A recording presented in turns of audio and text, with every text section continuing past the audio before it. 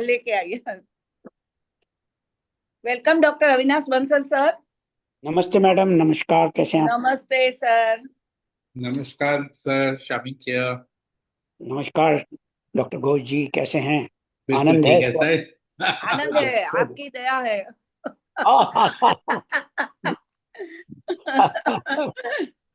So good, so good, man. So we are also joined by Dr. Devashish Bandyopadhyay, who was just retired Oh as wow. head of the department of B.R. Singh Hospital last year. He was there for a very long time. Devashish da, if you can just switch on your video. Thank you, Dr. Prajapati, for joining. Thank you so much. Very Thank good you afternoon, so Dr. much. Devashish sir, and very good afternoon, sir. Prajapati sir. Very happy to see you, sir. बस आपकी presence is more than enough. Thank you so much. बहुत बढ़िया program आता है and I really enjoy. I will be हाँ there जी for sir, some time. Thank you sir. Thank you. आप आते हैं तो अच्छा लगता है sir, it gives us a boost. I will be there, I will listening to everything. हाँ जी please. I will invite you for the expert comments, huh, sir? There are very good cases actually, and both the cases are good. Though one of them is quite common, but it's worth knowing and understanding. So I think both the cases are good. So, right. And when Dr. Devashish sir is there, sir, thank you so much for joining us, sir. And we would be very happy and honored if you could we could have your expert comments after the case is over, sir. Dr. Devashish, sir, आप unmute करिए, sir.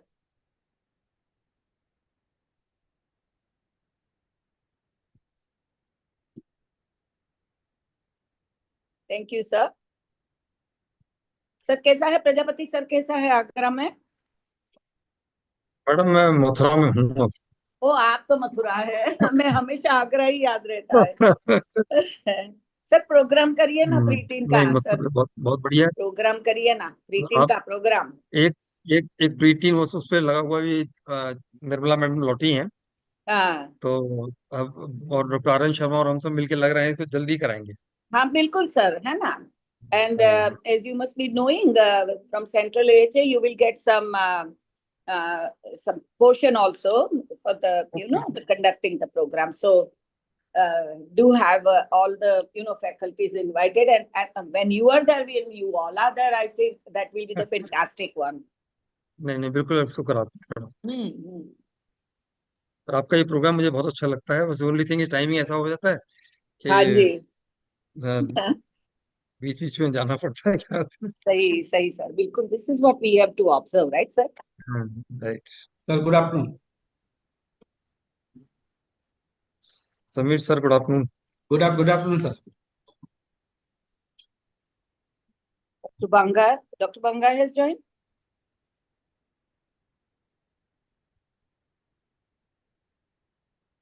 Okay. Ma'am, it's 3 p.m. Yeah, What speaker joined? Let us Yeah. start What speaker with joined? That Swati's is, case. I was just. Let us start with Dr. Swati's case. Dr. Surbhi is yet to join. The people from Surat, I'm not even seeing Dr. Jigisha.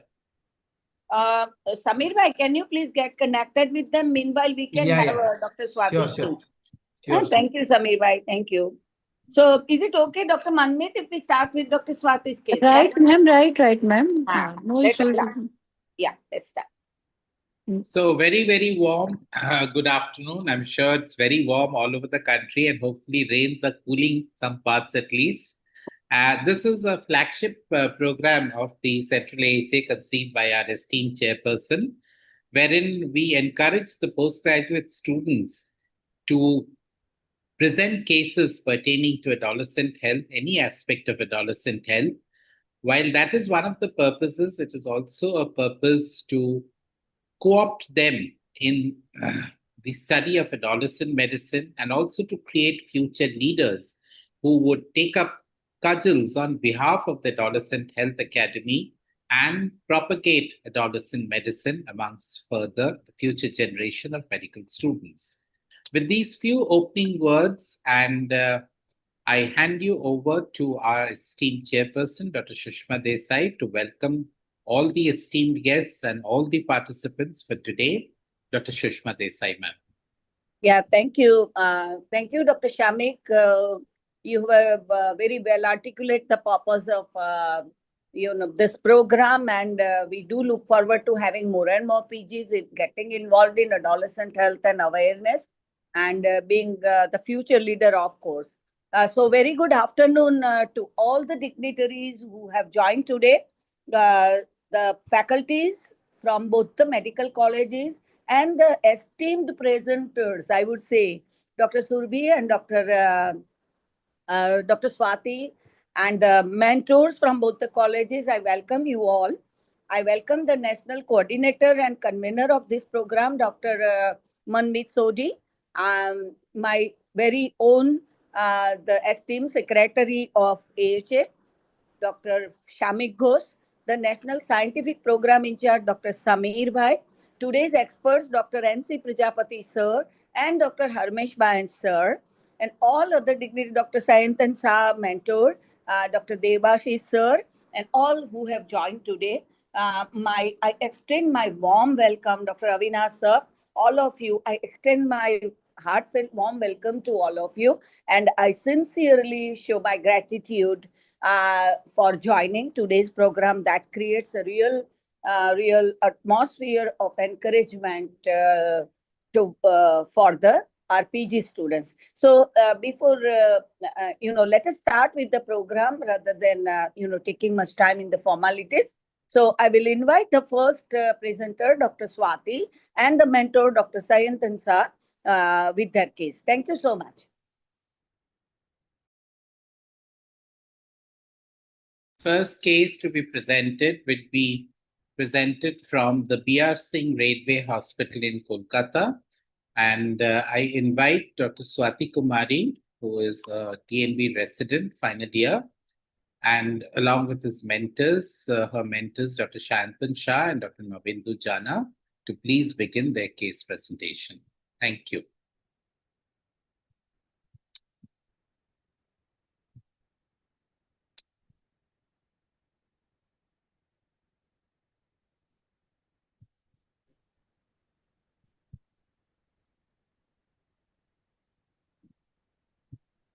Good afternoon, everyone, to all the dignitaries, mentors, and my colleagues.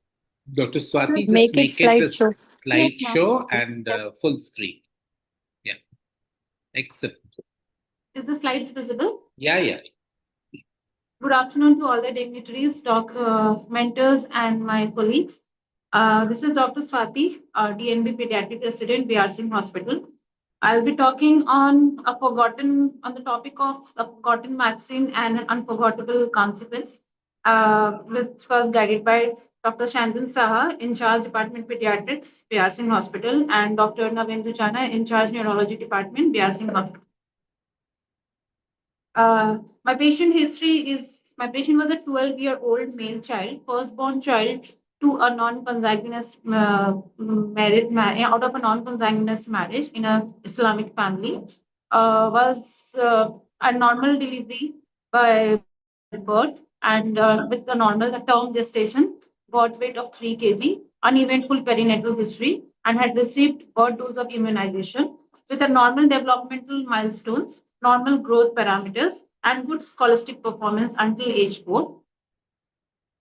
The child came with a complaint of 1 month of a history of progressive behavioral changes, that is forgetfulness, impaired recall, declining scholastic performance, 2 weeks of recurrent forward falls, and was later observed with abnormal movement involving the neck and upper limbs like head drop 5 to 6 times per day, less frequent in sleep. Timeline of the clinical events, actually by the age of 1.5 years approx, the child had a history of fever with rash, which went untreated without any medical intervention. And later, 2 to 3 years after, like around 3 to 4 years, the child had a history of generalized tonic-clonic seizures, which was around 3 to 4 episodes. So on doctor's advice, the child was started on sodium valproate, and with that, the seizures was controlled. There was no history of any reports like of EEG or any MRI reports. And later, after continuation of 5 years, the anti-epileptic medications were stopped. The child was seizure-free for approx 5 years, and around age 12 years, the child has an onset of behavioral changes with cognitive decline. The child presented to us 2 weeks and 2 weeks prior, before the child presented to us, was had a history of repeated recurrent falls without any significant injuries, and during hospitalization was also had later episodes of head drop. Negative findings: there was no history of fever, no headache, vomiting, visual disturbances, focal weakness, jaundice, or any bowel bladder involvement. Despite that, the child was independent in activities of his daily living. So before the history gives us a clue, we'll build up some differentials like epileptic and progressive myoclonic disorder, which has a gradual onset, seizures, and present with seizure, falls, and dystonia. Structural CNS disease, that is, it can be tumor, hydrocephalus, focal lesions, where the child can present both with seizure and headache. Inflammatory and autoimmune, like autoimmune encephalitis, which has a subacute onset within weeks, has a behavioral psychiatric symptoms, seizures, and memory loss. Infectious and post-infectious chronic CNS infection, progressive multifocal leukoencephalopathy, and ADAM, which has a presentation of fever, headache, altered sensorium, focal neurological deficits. Metabolic, mitochondrial, and toxic, where the child can have Wilson disease, mitochondrial disease, and vitamin and metabolic disorders. Psychiatric and functional behavioral changes can mimic cognitive diseases, but objective jerks, falls, would be difficult to explain. So, the 1 month of progressive decline is different from an acute encephalitis. Our child stands and sits in the subacute progressive stage, where progressive cognitive behavioral decline argues against a single isolated seizure event. Absence of any seizure, headache, or vomiting, makes acute encephalitis and raised intracranial pressure less compelling. There is no focal deficit. It lowers the probability of a focal structural lesion, but does not exclude it. Objective myoclonus and falls strongly favors an organic neurological disorder. Coming to the physical examination, there were general physical examinations went, it was normal, no kyphoscoliosis, no any gross deformity was noted, BCG scar was present. Anthropometric examination, the child was at par with his peers, and vital signs was almost normal. Systemic examinations were also surprisingly normal. Higher mental functions, alert and conscious, speech was normal. No cross-focal cognition deficit was documented. Movements in terms of head drop, like myoclonic jerks, was noticed. Tone was almost normal. Power was 5/5. Deep tendon reflexes 2+, symmetric, and bilateral plantar responses was flexion. Cranial nerve functions was normal. Finger, nose, heel shin test was normal. Gait was otherwise normal except at the time of fall. And cerebellar functions was also normal. The history that changed the prior probability. The child with immunization had only received the birth dose, no documented measles containing vaccine. By the age of 2 years, an untreated febrile illness with rash. The original diagnosis was also not confirmed. Latency, current neurological decline at 12 years of age, roughly a decade after the childhood febrile rash illness. Then the falls acquired a neurological meaning. What was observed that there was a sudden jerky movement of the neck and the upper limbs, which had 5 to 6 episodes per day and less frequent during the sleep. Why it matters? Because myoclonus plus progressive cognitive decline plus recurrent fall is a classical pattern to consider in progressive myoclonic epileptic encephalopathies.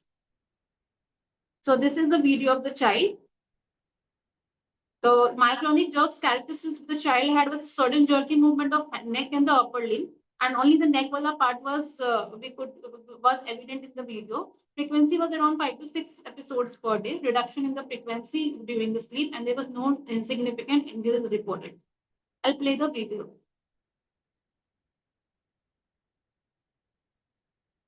I'll just tell where the head drop is there. We'll have the head drop now.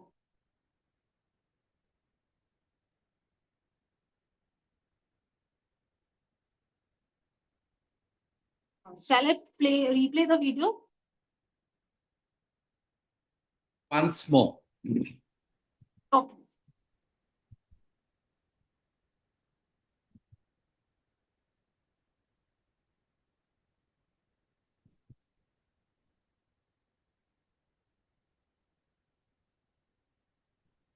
That's it. Thanks. So the case overview, 12-year-old child with progressive behavioral changes over 1 month, cognitive decline with forgetfulness and impaired recall, decline in the scholastic performance, recurrent falls over past 2 weeks, myoclonic jerks during hospitalization. The key findings was the unvaccinated child with a history of untreated fever with rash at the age of 2, now presenting with progressive neurological symptoms. So now we'll reprioritize our differential diagnosis. That is, progressive myoclonic epilepsy strongly fits in our case because it's myoclonus with seizure with cognitive decline. So EEG and metabolic genetic workup would discriminate. Wilson's disease is quite possible at this age because neuropsychiatric decline is there in our child. So carefree ceruloplasmin and serum copper levels will be helpful. Autoimmune encephalitis, subacute cognitive behavioral change is quite possible. CSF antibodies, seizures, dyskinesias, and inflammatory clues. Mitochondrial and metabolic diseases like progressive encephalopathy is possible. So lactate ammonia, creatine kinase, vitamins, and phenotype will be helpful. Structural steerness disease, falls and cognitions sometimes possible. So MRI and any raised ICP findings would increase the suspicion.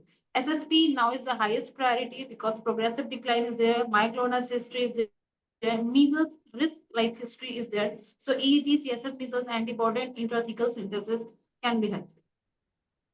Investigations that would answer the specific diagnostic questions is the basic routine chemistry, metabolic workup, autoimmune panel, Wilson disease workup, MRI, brain, EEG, and CSF. CBC was normal, liver function test and kidney function test was normal, PDNR was normal, ASO was more than 200, which is non-specific, CRP was less than 8, CSF levels, sugar protein was 69.9 with 39.1, the slightly moderate range, and cells was mononuclear cells. Ophthalmology and serology, serum plasmin levels shows no KF rings and normal levels, which excludes the Wilson disease. CSF measles antibody, IgG antibodies was showing elevated levels with 625, and this was diagnostic for SSP, and serum Ig levels was around 254.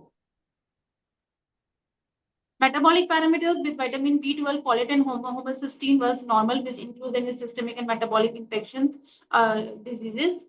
And creatine kinase, ammonia, lactase was normal, which excludes mitochondrial diseases. Autoimmune encephalitis, mosaic, both for serum and CSF, NMDA and voltage-gated potassium channels were negative. It excludes autoimmune encephalitis panel. EEG was specific and was pathognomic for SSP. MRI brain was reported to be normal. So MRI is normal, but the diagnosis is still Alex.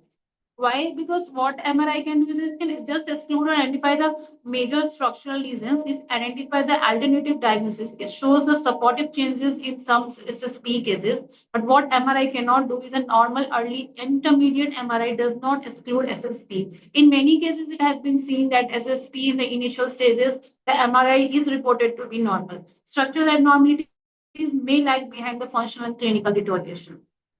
The MRI brain, which is normal.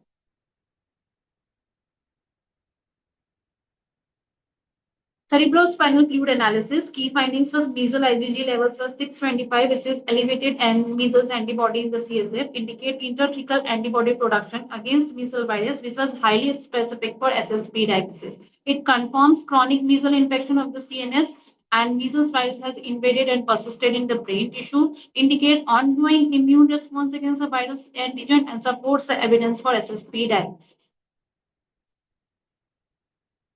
EEG, so the high voltage synchronous Generalized polyphasic sharp and slow wave discharges. This was pathognomic for SSPE, and the pattern description, it is also called as radar maker complexes, which shows increased neuronal activity synchronization. Synchronous affects the all brain regions simultaneously, involves entire brain, not localized. It is polyphasic, sharp and slow waves characterized by 2 to 3 Hz pattern, also called periodic sharp wave complexes. This is the video of the EEG. Actually, the EEG which was done in, which I have shown is the second EEG. First EEG was done and was reported to be normal. But since we were more fixed with the diagnosis, and we are very much thankful to our Dr. Navendu, who was very much confident with the SSPA diagnosis. So he just asked for a prolonged EEG. So we kept the child for a prolonged period of time, and we started noticing those complexes, and we got those voltage reflexes also. I'll play.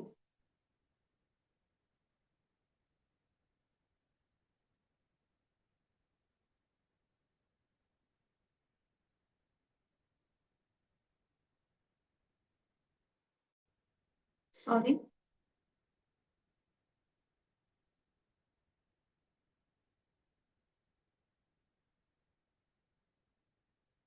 Slide is not moving. Yeah, now Yes, ma'am. it is moving.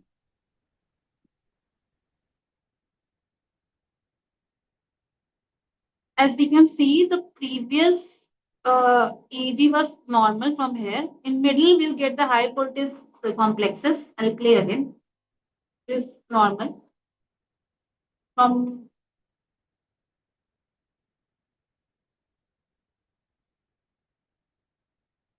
these are the high voltage complexes.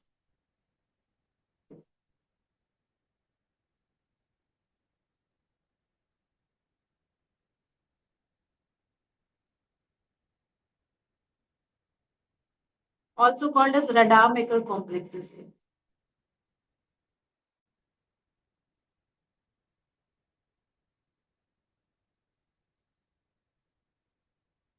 So the differential diagnosis considered. Wilson's disease was ruled out since with the care brings absent normal copper metabolism. Viral encephalitis ruled out. Mitochondrial disorders was unlikely with the acute onset with temporal relations to measles, and progressive myoclonic epilepsy since it was pathognomic with EEG for SSP and CSF. Measles IgG was elevated, so SSP was confirmed.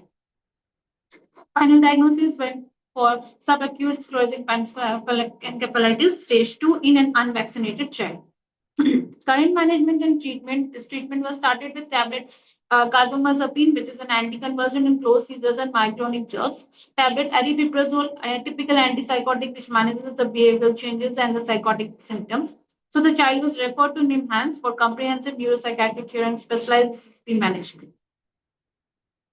Events after NIMHANS. In NIMHANS, the child is underwent repeat investigation and was confirmed with SSP and was later started on tablet isoprenosin 500 mg along with tablet carbamazepine 300 mg. On follow-up, after 2.5 months to our hospital, we noticed the child has deteriorated with incontinence to bowel and bladder, increased episodes of fall, and aggressive behavior. The child is now progressing towards stage 3 of the disease.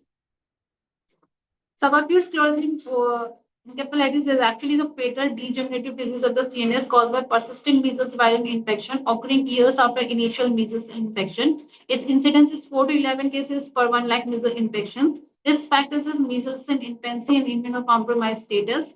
With 8 to 10 years, disease onset is mostly 8 to 10 years after measles, and the course is quite totally progressive, usually fatal within 1 to 3 years of symptom onset. And the pathology is complete chronic inflammation with neuronal degeneration. Stages is from one is behavioral changes, personality change, declining school performance, forgetfulness. Stage 2 is myoclonic jerks, focal seizures, progressive dementia, and EEG changes. Stage 3 is rigidity, dystonia, blindness, deafness, vegetative state. And stage 4 is akinetic mutation, complete unresponsiveness, and ultimate death. The patient is in stage 2, presented with behavioral changes, progressed to myoclonic jerks and cognitive decline stage 2, and now is progressing towards stage 3. Prevention is a key message. Vaccination schedule, according to IFP schedule, first dose should be received around 9 months and second dose to 15 months with booster at 4 to 6 years. According to NIS, MR1 at 9 months and MR2 at 16 to 18 months. 2 doses schedule is quite, it provides good protection at 97 to 99% for measles. So vaccine is the only effective prevention. A vaccinated individual will never develop SSP. Pharmacological management, inosine palumix, that is isoprenosine, is an oral immunomodulator and antiviral. That is received in 100 milligram per kg per day and halts the viral replication and slows the clinical progression in early stage diseases. Intraventricular interferon alpha administered by Pomayo reservoir directly into the cerebral ventricles to stimulate the localized antiviral cellular response. Combination ribavirin, synergistic nucleoside along with conjunction with interferon alpha during the rapid disease escalation and symptomatic seizure control. We use antiepileptics with valproate, carbamazepine, levetiracetam, and clonazepam for tailoring the myoclonic spasms and motor rigidity. Preventive strategies in community level, we should achieve at least high 2-dose vaccine containing measles containing vaccine coverage. Use outreach sessions, Anganwadi school centers, and mobile vaccination team to reach the undeserved population and conduct MR vaccination campaigns when immunity gaps or outbreaks are identified. Vaccinate susceptible children who miss routine doses rather than waiting for the next routine sessions. And strong measles surveillance, that is rapidly detect the fever and maculopapular rash cases and report suspected cases promptly and investigate clusters. Laboratory confirmation and outbreak investigation help identify the transmission early. WHO also describe active surveillance and rapid response as an important component of measles control in India. Conduct outbreak response vaccination in affected communities. This prevents further transmission and therefore reduces the number of children who eventually develop SSP. Community education and the vaccine confidence is the main target for curtailing SSP. So these are the papers. This paper, that is disease modifying therapy in SSP, was from Safdarjung Hospital, where they have shown that interferon alpha was used intraventricularly, through intraventricular route and has achieved the disease transmission for nearly 7 to 8 years. And this was through intraventricular route and also a combination of intravenous and intrathecal interferon alpha has also been used, which was somewhat significant and has changed and has brought a significant change in the treatment line and also to the progression of disease towards from stage 2 to stage 3. And these are the summary of drugs that is tried for the disease modification in SSP, which was under trial, like interferon alpha.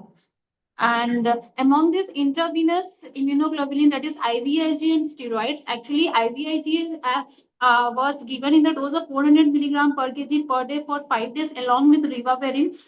In stage 3 patients has shown a rapid response at around 1 month of initiation of therapy. Within 1 month, there was a rapid response in the patients. And next course was repeated after any recurrence of any myoclonic drugs among intravenous immunoglobulin and steroid. But stem cell transplantation and plasma exchange has not shown so much changes in the patient.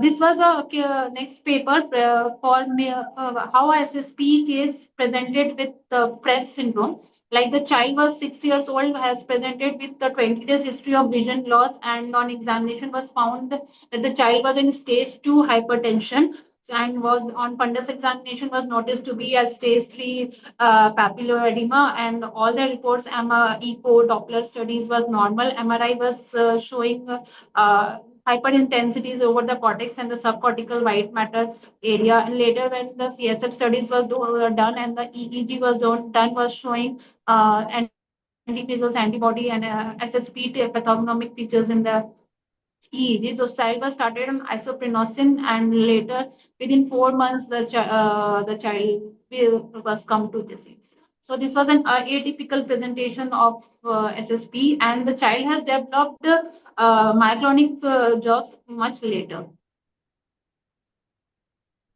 This was the references. The key learning points is vaccination status matters. Early symptoms subtle and requires high risk of suspicion. Neuronal imaging is not equal to normal brain. Often functional changes precede structural MRI abnormalities in SSP. EEG is crucial because pathognomic EEG pattern is highly specific for SSP diagnosis. CSF measles IgG is also elevated intrathecal antibodies confirm CNS infections and rapid progression, progresses over weeks to months, so early diagnosis is crucial. Prevention over treatment, no effective cure, so prevention through vaccination is paramount.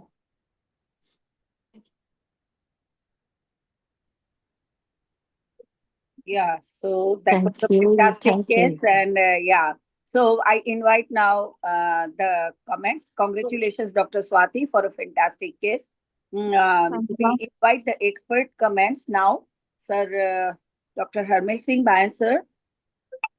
Yes, yes. Many congratulations, Swati. Thank you, sir. Presented very well and covered everything.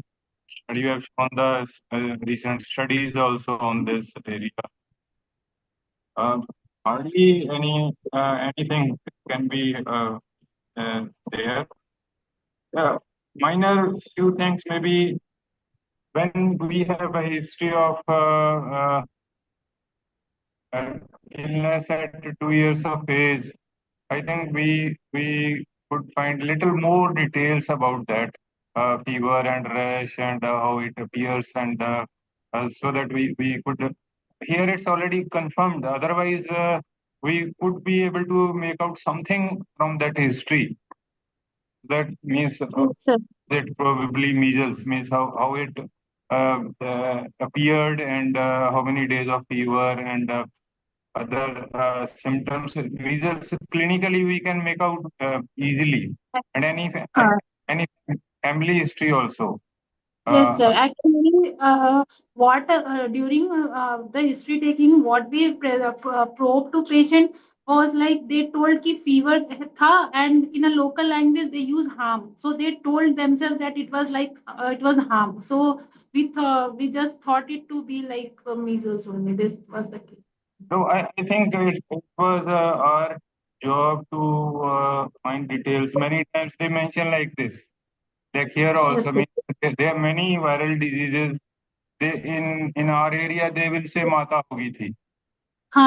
Yes. They will say mata to measles, chickenpox, and any illness having rash.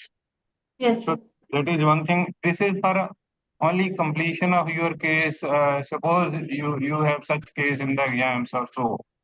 So that will be a little more addition. And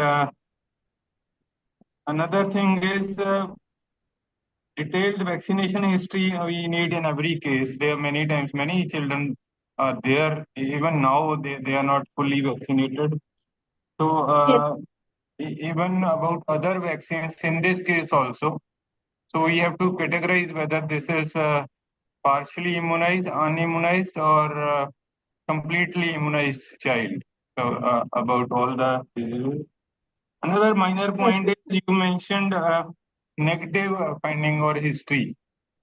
I think while presentations we would use to be on better side review of system ROW. So we call it review of system. So we review all the systems whether they have any contributory findings or any helpful history to accomplish our diagnosis in the case. So that is one little thing that we can mention. And anthropometry you have mentioned, have you mentioned head circumference? No, sir. Okay. And I think I was thinking of stages. You very nicely mentioned the stages of this SPE. Little about other slow viral diseases.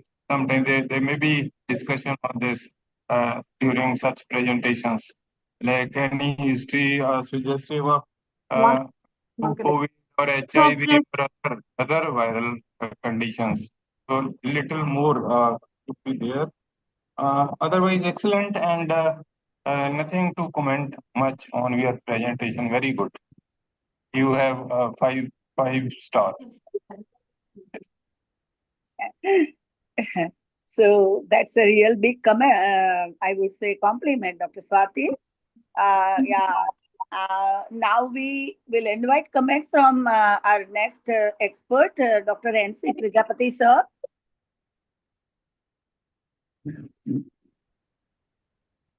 Dr. Prajapati, sir. Ma'am, he's had to leave for a meeting. He'll rejoin later and give his comments. Okay, so we can ask comments from Dr. Debashish, sir, who has joined. Yes. Dr. Debashish Bandopadhyay, sir, if you can just unmute yourself.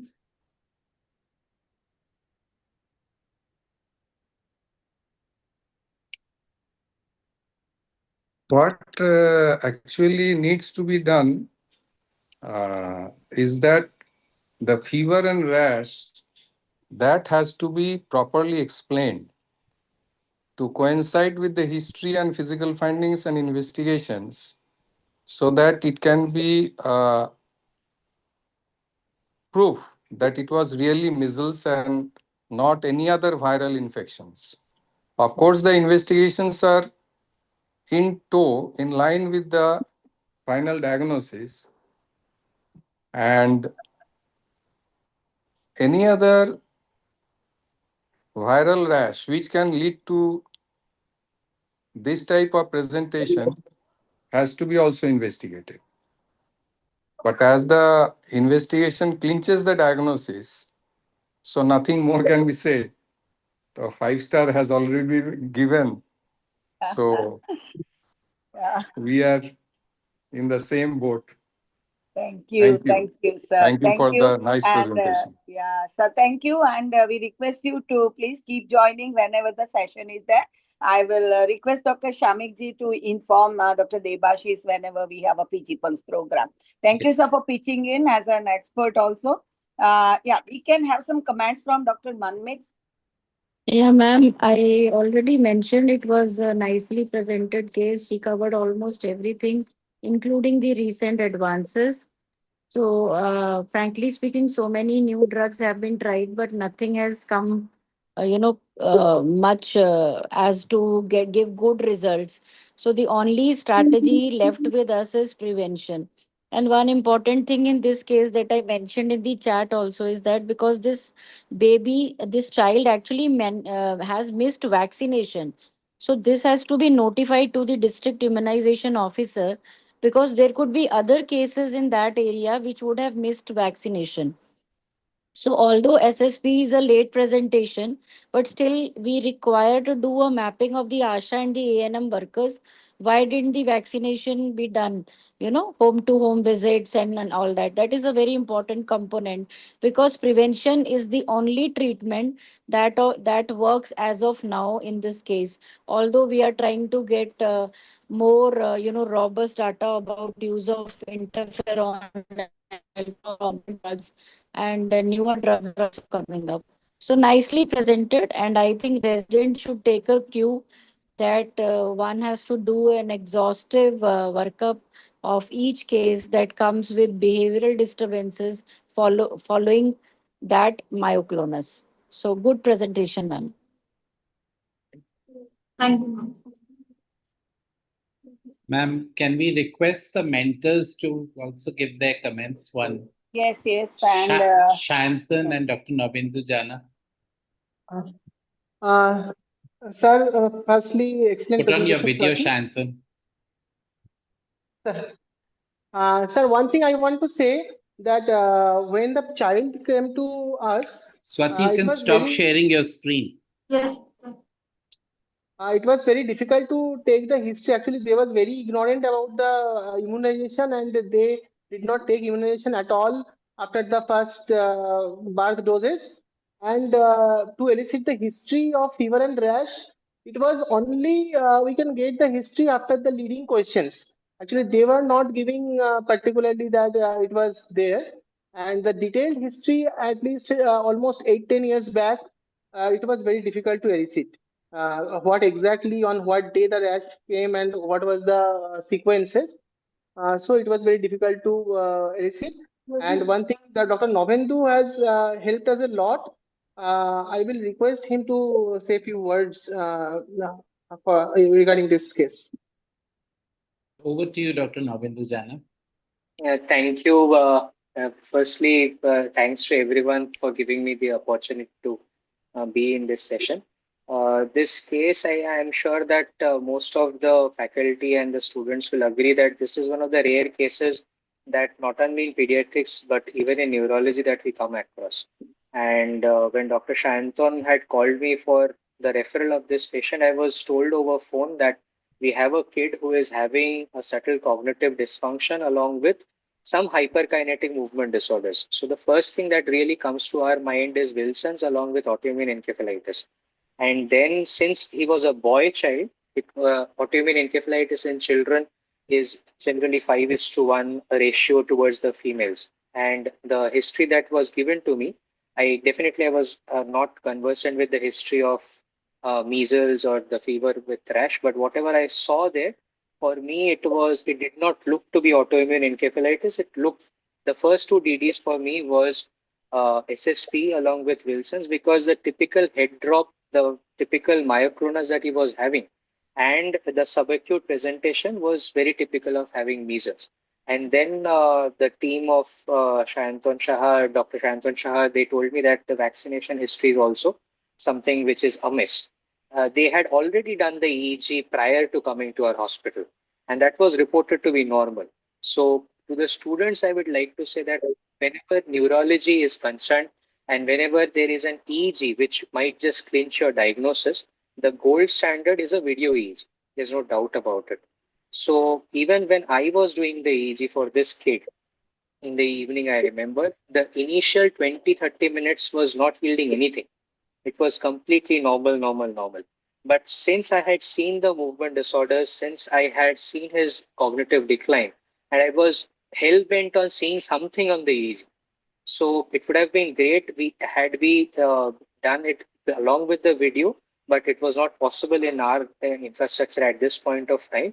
But the moment I saw that there were sharp waves, as Swati has already shown, that I was sure that we are dealing with something more sinister than autoimmune encephalitis, because these kind of diseases or diagnosis is generally what we want to hear, because these are reversible and treatable.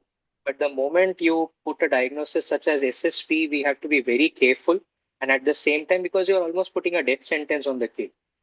So then we did the CSF, and then gradually everything that was shown by Swati came out. So to the students, I will tell that whenever you are having a neurology case, as we have been taught from our MBBS times, the localization is firstly important. That where in the neuroaxis is your localization, the anatomic localization, the physiological localization, and the pathological localization. So here it was very clear that it was the brain and nothing else.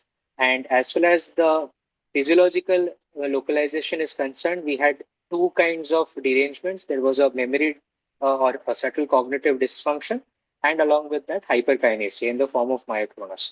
And we got the evidence of that from the EEG. EEG is definitely difficult, I will say, at MD pediatrics or DNB pediatrics level. But if anyone has a keen interest in it, it's a wonderful subject to maybe go in the future. So pediatric neurology is something which we do not see much of the pediatricians going for. But I think this case illustrates that pediatric neurology can also be very fascinating and very satisfying as well. Congratulations, Swati, and thanks a lot to everyone.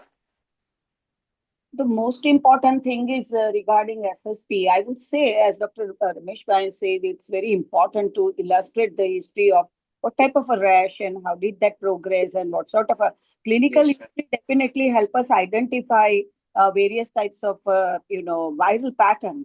Another important thing is if this is a kind of case you have from a particular community, apart from the immunization history, which Dr. Manmeet has pointed out, we have to see how the community is immunized. I would like to say there are many other cases which are subtle.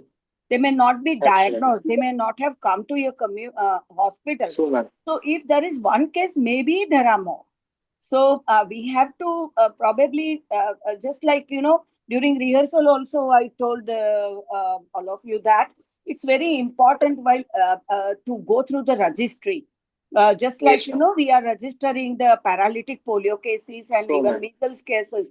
These are the cases have to be registered under this thing. And we have to go to the register to identify and find out if there is a cluster or there are some scattered cases or something like that. So again, that was a fantastic presentation, and I think Swati has incorporated majority of the suggestions which had forwarded to her during rehearsal. Swati, as such, it was a fantastic presentation. Thank you so much for being with us. And Dr. Shamik, should we proceed? Yes, ma'am. Absolutely. I think so. Surabhi has Thank joined you, us. Dr. Sayantan and Dr. Navendu. And Thank you, ma'am. I Thank you. invite you to be more and more involved in this type of a case discussion and encourage your more and more PGs to be here. Thank you so much. No, ma'am. Welcome. And, yeah, one more news to all of you. I mean, we are going to, with all your permission, of course, and Swati's permission, we are going to publish this case in our quarterly journal. That's an adolescent today. And we are having a kind of interesting cases uploaded over the website. So this may be one case where we can have because we, the private practitioner, majority of the time, we are losing touch with such cases. So we can have a good learning experience as well. So with all your permission, we can publish that case. And Swati, yeah, stay connected with us. Maybe there is some more to, come to you as a presenter. Thank you so much. Thank you.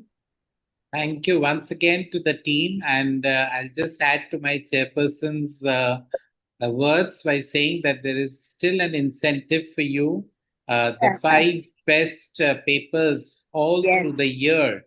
Absolutely. We will be taking you to the National Adolescon. So stay tuned.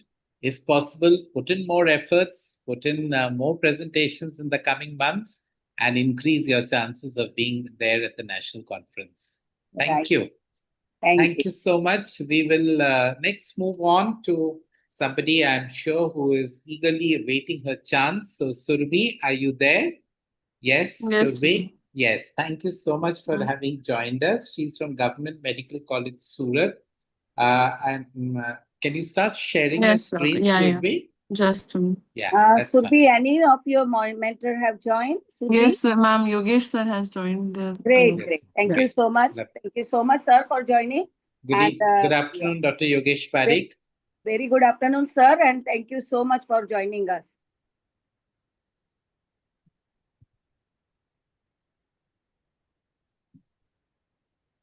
Okay, I'm starting. Yeah. Good evening, everyone. My name is Dr. Surabhi Agarwal.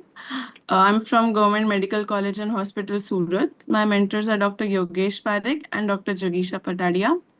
So my case presentation is about the topic, a tender beginning, breast pain in early puberty. So I would like to start here. I'm about to share the history of a patient, a student, a 9-year-old female student named Bharti, Hindu by religion, Bania by community, residing at 24 Shanti Niketan Society, Adajan, Surat. The patient had the chief complaint of unilateral breast pain and swelling since 1 week. Details of presenting illness. A 9-year-old girl, Bharti, a competitive national level badminton player, she presented with her parents with a 1 week history of right-sided breast swelling and pain. The pain is localized, mild to moderate, worsened by contact during training. It is not associated with nipple discharge, fever, or trauma. Initially, the child thought it was due to a stretched muscle due to badminton, but she is concerned that it is not resolving after heat compression too. This is making Bharti feel very sad and anxious. Her parents are also worried about this as the pain is only on one side. The child has not even attained her first period yet. Onset and duration of the case. Pain in the breast right side since 1 week. Mild to moderate, localized, dull continuous pain, aggravated by racket arm movements, non-radiating pain. The breast bud was noted 2 weeks ago, right side only, no prior similar episodes. Negative history showed no discharge, no fever or skin changes, no history of trauma, or no rapidly progressive growth or mass. The family history tells about mother has attained menarche at 12 years of age, no similar complaints in the mother at that time, or no other endocrine pathology in the family. Past history. The patient has not attained menstruation yet and has no pubic and axillary hair growth at present. The patient's mother gives a history of recent growth spurt in the past 1 month. Birth history. The child is a single born child in a non consanguineous marriage, full term normal vaginal delivery with a birth weight of 3.2 kg and cried immediately after birth, and no history of prior NICU admission. Immunization history. The child was immunized till 5 years of age and completely immunized according to her age. Diet history showed that the child had high calorie and high protein diet, good for her training and sports, as she's a badminton player. She had a history of mixed diet, which was vegetarian and non-vegetarian diet. And also there was a history of junk food outside twice a week, which was okay. Socioeconomic status. The family is of 3 members residing in a 3 BHK flat. Hygienic conditions and sanitations. Drinking water was RO water. Only one earning member of the family, which is her father, and his occupation was general manager in a multinational company. Development history was good, scholastic and physical and motor development appropriate for her age. Examination finding. Her height was 138 centimeter, weight was 32 kg, and BMI was around 16.8 kg per meter square. So according to the WHO growth chart for girls, weight for age for this was +1 to +2 standard deviation, which was a little tall, which was appropriate for her age. Height for age was +2 to +3 standard deviation, which was on the higher side, but not much. It was tall for age. BMI was 0 to -1 standard deviation, which was normal for her age. And according to the growth velocity curve, we only had a prior 1 reading of her growth of her height 1 year ago, which was measured. So just 2 readings according to which was normal. General examination of the patient, temperature of 98.6 degree Fahrenheit, pulse rate was 97 per minute, respiratory rate was 21 per minute. No such complaint of pallor. On examination, no complaint of pallor, icterus, clubbing, lymphadenopathy, and edema. Systemic examination was also the patient was completely clinically and vitally stable. So on local examination, what we saw was the right breast, there was firm, mobile, non-tender, with a subareolar blood bud of 2 centimeter with no overlying skin changes, which was consistent with Tanner stage 2 breast development. The left breast was Tanner stage 1 prepubertal breast, which confirms physiological asymmetry. Pubic hair was at Tanner stage 1, which was not yet developed. No axillary hair, acne, or apocrine odor. No clitoromegaly or another sign of virilization. Clinical impression of this was there was isolated asymmetrical Tanner stage 2 thelarche, the earliest and most common physical sign of normal female puberty, occurring within the normal age of expected age window, which was 8 to 13 years.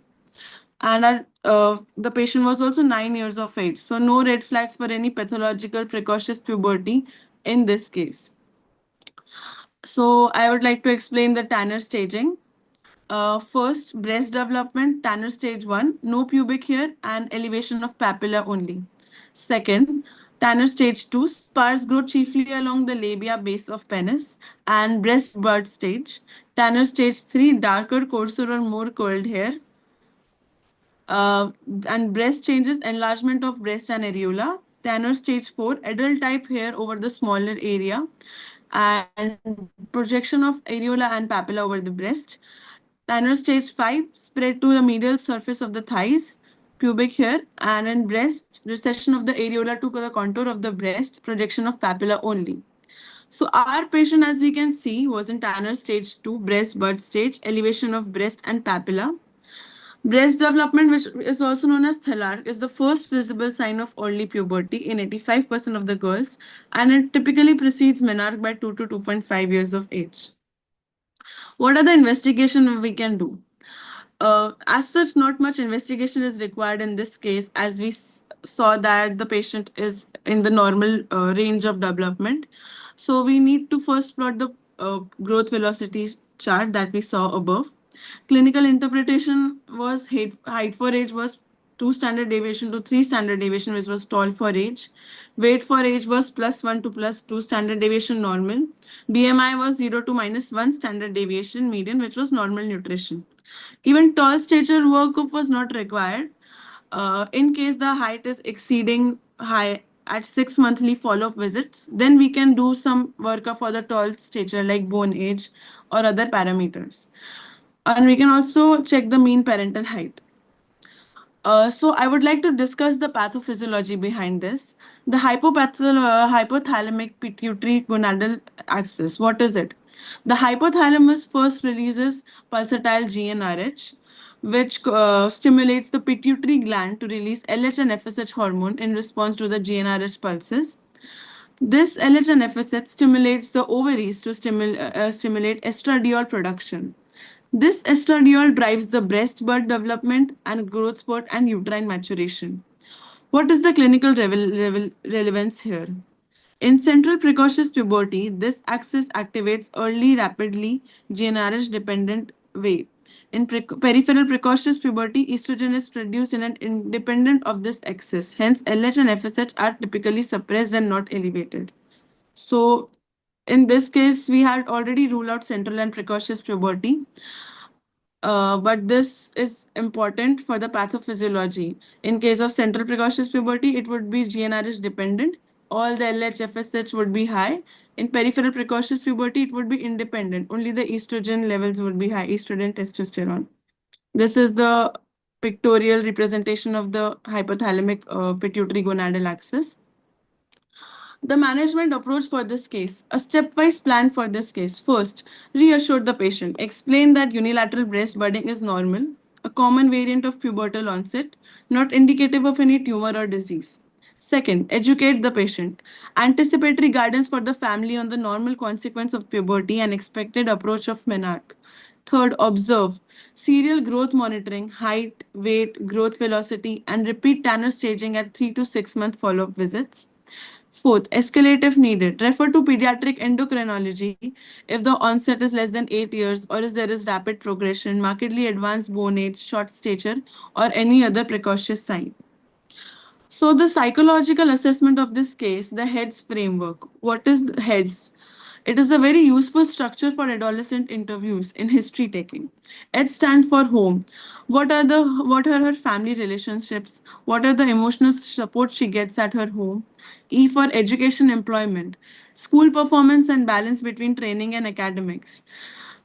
Pressure from academics and coaches can also affect the patient as she's a competitive badminton player.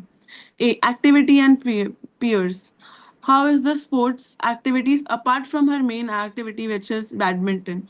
Does she play any extracurricular activities? What are the friendship status? What is the family time she spends? D, drugs. Substance abuse screening. The patient is also not on any sports supplements or energy drink for that matter that may affect her hormonal changes.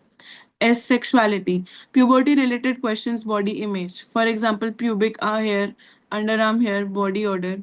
S, suicide, depression, safety, mood, self-esteem, safety concerns. As we already discussed in the past, that this issue was making the patient anxious and self-conscious. Special consideration, the adolescent athlete. Reassure that asymmetrical breast development is normal and does not indicate illness or affect ability to train. Ensure well-fitted sports bra for comfort during breast development. Coordinate with coach or parents on training modification, only if pain limits performance, not routinely required. Monitor growth velocity and nutrition jointly with the pediatrician. Address body image concerns sensitively. Competitive athletes may be specifically self-conscious about the visible pubertal changes. What are the counseling points for the child as well as the parents together? Explain menstruation and positively a normal healthy sign that her body is maturing, typically 2 to 2.5 years after breast budding. Discuss pads and age-appropriate menstrual hygiene practices. Reassure that periods do not have to interrupt her daily activities. reassure that training and competition can continue during menses, discuss the product options suited to her athletic activity, encourage open communication with her mother, guardian, normalize asking questions without embarrassment, address common misconception and cultural taboos sensitively in an age-appropriate, reassuring manner. So, what are the health-related problems faced by teenagers these days? The teenage phase is a time where, in addition to the emotional troubles, children undergo a lot of physical changes. These changes have a huge impact on their physiology because this is the time they're building a self image and coming to understand their own sexuality. Some health related issues are sudden change in body image. Teenagers perceive a sudden image in their body due to physiological changes in them. Living in a society with such firm stereotype, teenagers find it difficult to accept any other image. That is, girls with long hair, fair and thin build, boys with tall, chiseled build. Along with others, they judge themselves based on these stereotypes and succumb on body shaming. Hormonal changes. A sudden spurt of hormonal activity leave teenagers fighting for problems like acne and unwanted facial hair hirsutism. These hormonal changes exacerbate teenage problems of body image and self-confidence. Eating disorders. To achieve a wrapped body image, teenager girls and boys go on unhealthy diets without seeking proper consultation, and in severe cases may develop eating disorders. Gaining some weight is a part of normal growth and is unhealthy to restrict it. Girls or boys also may develop psychiatric disorders like anorexia nervosa or bulimia nervosa in order to look slim or starve themselves. The latest WHO global initiative or framework for adolescent health that I would like to discuss today is Global Accelerated Action for the Adolescent Health, AAHA 2.0. It was released by WHO on 11th October 2023. What does it say? Key features. First, focus on the adolescent aged 10 to 19 years of age. Promote a whole person approach addressing physical health, mental health, sexual and reproductive health, nutrition, prevention of violence and injuries, substance abuse, healthy lifestyle, emphasize on adolescent well-being, not just the absence of disease. Encourages multi-sectorial action involving health education, social welfare, justice, community, families. It strongly advocates meaningful adolescent participation in designing and evaluating health programs. It supports universal health coverage through adolescent-friendly health services. It introduces updated indicators for monitoring adolescent health and well-being. These are the references. And I would like to say that a painful unilateral breast swelling in this 9-month-old athlete may represent a normal milestone in puberty, but it provides an opportunity for us pediatricians to recognize normal breast development, exclude pathology, assess the pubertal progression and growth, address sports-related concerns in adolescent child, and provide the age-appropriate counseling. Thank you.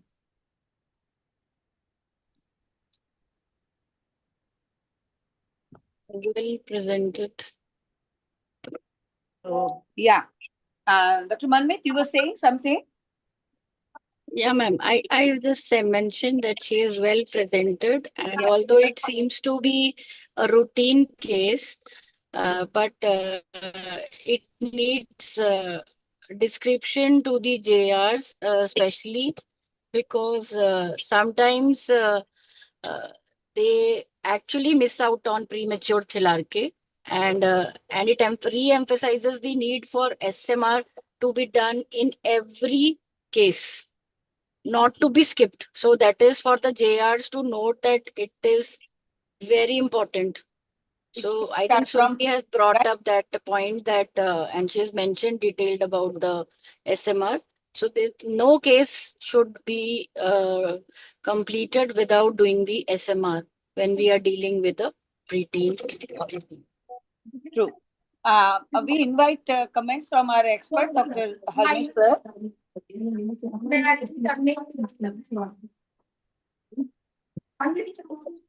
Very, very well presented case. Good. And it's one of the common cases coming to us in the clinical practice nowadays. Maybe some girls come with swelling, some with pain, and sometimes they say chest pain rather. Um, so this type of cases are coming, and parents, especially mothers, are very worried about these. So you have presented very well.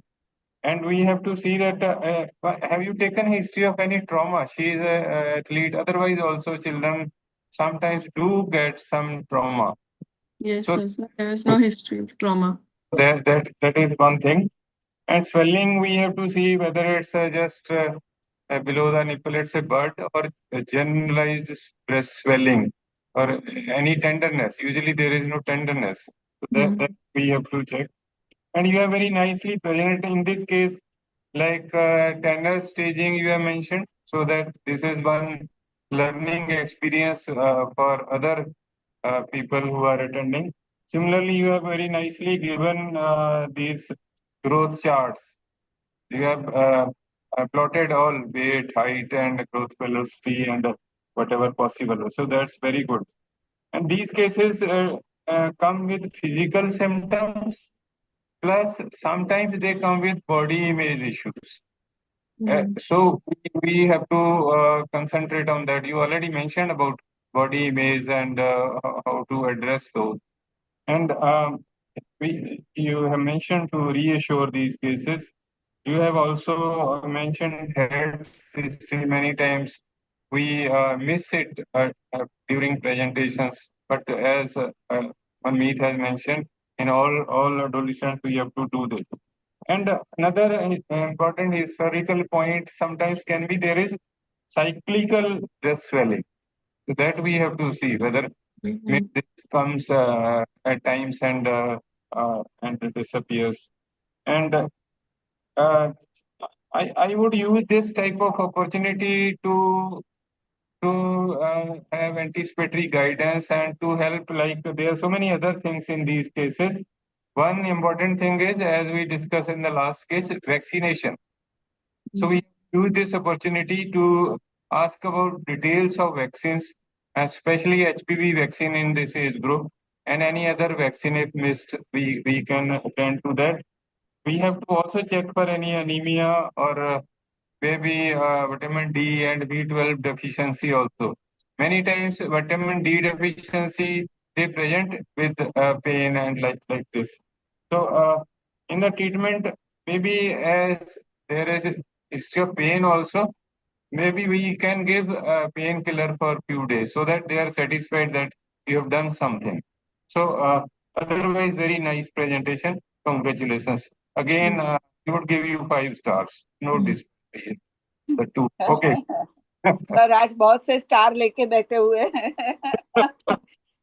चलिए Dr. Surbi, that speaks volumes about your presentation. Dr. Harmesh sir has given you 5 stars. Now we invite comments from Dr. Hai kya Debashish sir? Dr. Debashish is still there, sir? Very Yes, nice sir. presentation, no doubt. It is a learning experience also.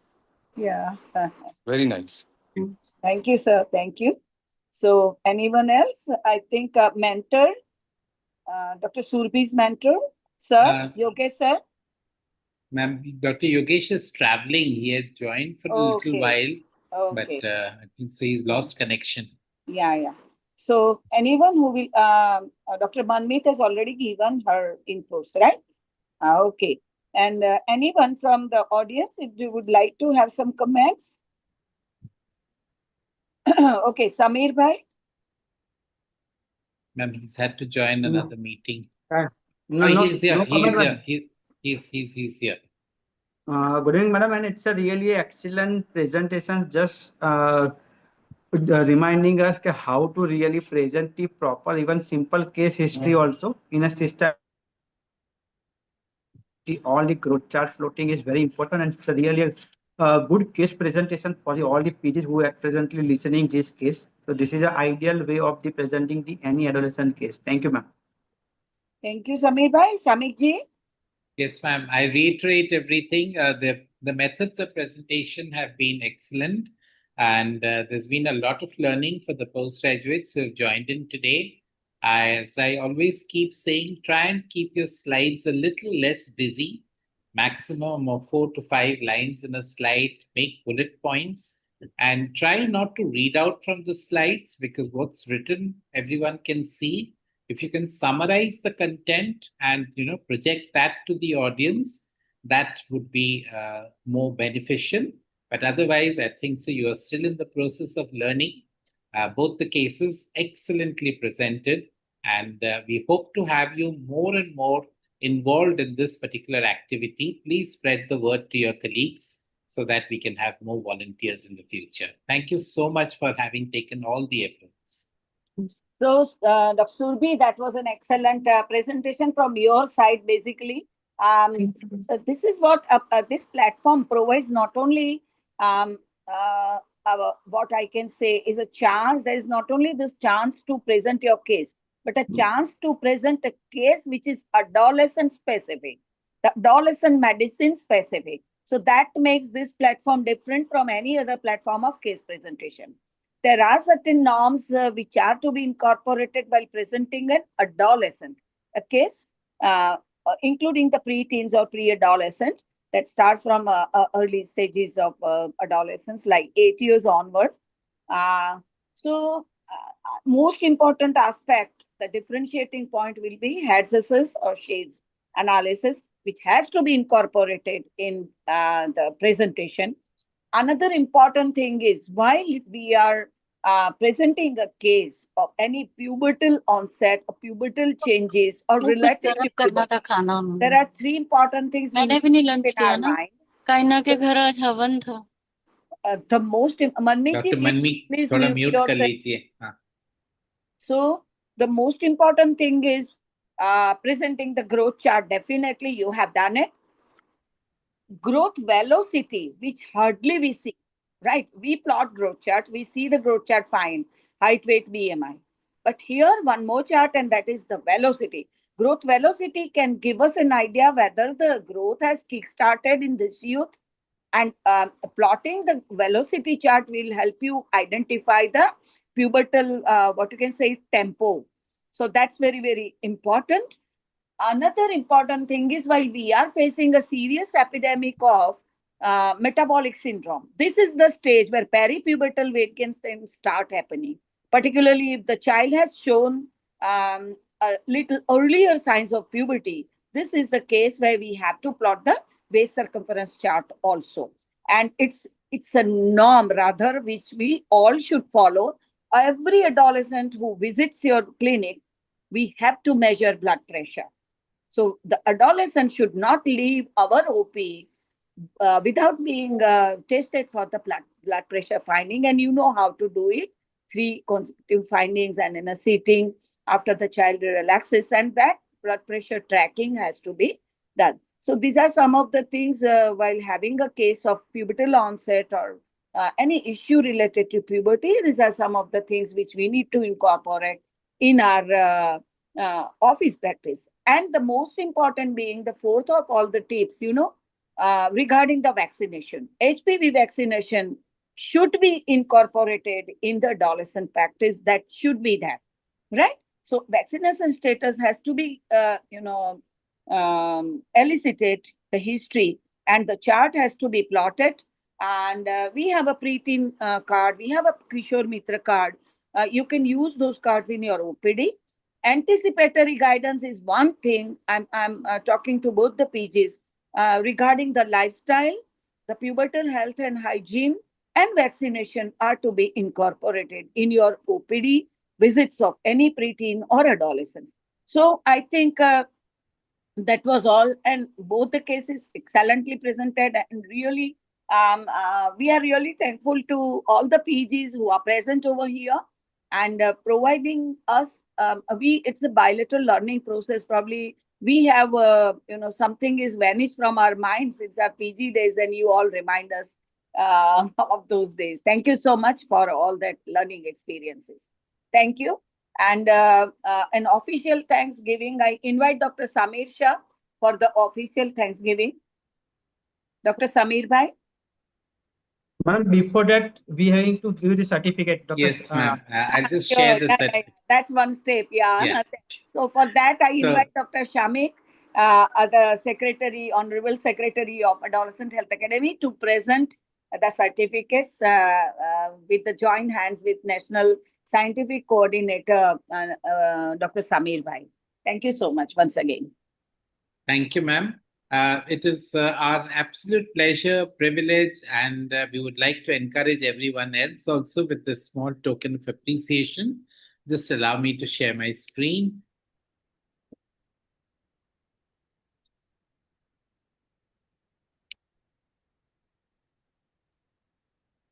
So the first certificate is being presented to Dr. Swati Kumari for her active participation as a PG presenter in today's program. A big round of applause. We'll be sending this online to you once we get your email IDs. So Shantan and mentors, please on the group, please put in your email ID. Swati, congratulations to you. Thank you, sir. Thank you so much.